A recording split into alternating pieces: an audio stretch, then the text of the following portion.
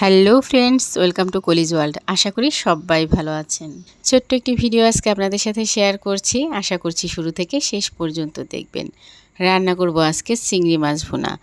তো অনেক কিছুই রান্না আছে, তো চিংড়ি মাছ ভুনাটাই আপনাদের সাথে একটু শেয়ার করি। চিংড়ি মাছ কিন্তু অনেকক্ষণ ভিজিয়ে রাখতে হয় না, কিছুক্ষণ এই যে জলটা ছেড়ে দিয়ে রাখলে কিন্তু চিংড়ি মাছটা ছেড়ে যায়। তো যাই হোক, এই তো কড়াইতে তেল দিয়ে দিলাম, লবণ হলুদ দিয়ে মেখে রেখেছিলাম চিংড়ি মাছগুলো এখন ভালো করে ভেজে নেব। ভালো করে ভাজা মানে হচ্ছে একদম শক্ত করে ভাজা নয়, হালকা করে ভেজে নেব। কারণ আমি অনেক আপুদেরই বলতে শুনি যে চিংড়ি মাছ বেশি ভাজলে নাকি রাবারের মতো হয়ে যায়। পরে আমি অবশ্য এটা দেখেছি, আমি আগে অবশ্য জানতাম না এই কথাটা। আসলেই বেশি ভাজলে না রাবারের মতো হয়ে যায়।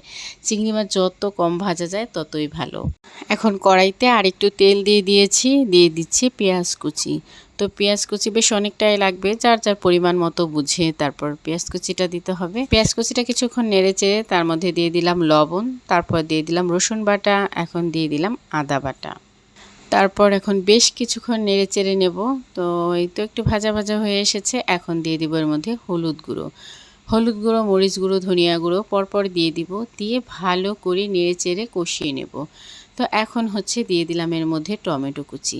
তো টমেটো কুচি দিলে যে কোনো ভুনার টেস্ট কিন্তু দ্বিগুণ হয়ে যায়, আর টমেটো কুচি কিন্তু এটার মধ্যে মাস্ট আমার কাছে মনে হয় আর কি। তারপর দিয়ে দিলাম একটু জল দিয়ে কষালে কিন্তু অনেক ভালো কষানো হয়, কারণ হচ্ছে নিচে লেগে যায় না আর খুব সুন্দরভাবে তেলটা ছেড়ে আসে। তো তেলটা যখন ছেড়ে আসবে তখন আমি ঝোলের জন্য জল দিয়ে দিব। আর জিরে বাটাটা দিলাম না, লাস্টে আমি জিরে গুঁড়ো দিয়ে দিব। আপনারা চাইলে কিন্তু জিরে বাটা দিতে পারেন। জিরে বাটা আজকে আমার ছিল না, সেজন্য আমি দিলাম, তা না হলে অন্য সময় জিরে বাটা দিই। আর যাই হোক, আমি জিরে গুঁড়ো দিয়ে দিব লাস্টে। এখন আমি ঝোলের জন্য জল দিয়ে দিয়েছি। ঝোলটা ফুটে আসলে এর মধ্যে দিয়ে দিব মাছ। তো এই তো ঝোলটা ফুটে এসেছে, এখন আমি দিয়ে দিচ্ছি মাছগুলো। তো মাছগুলো দিয়ে অনেকক্ষণ রান্না করতে হবে, যেহেতু ঝোলটা আমি একটু বেশি দিয়ে ফেলেছিলাম। তো আমি একদম শুকনো শুকনো করব তরকারিটা, যেহেতু এটা ভুনা, তো ঝোলটা একদম শুকিয়ে ফেলাই ভালো। ঝোল যেটা সেটা তো একটু ঝোল রাখতেই হয়।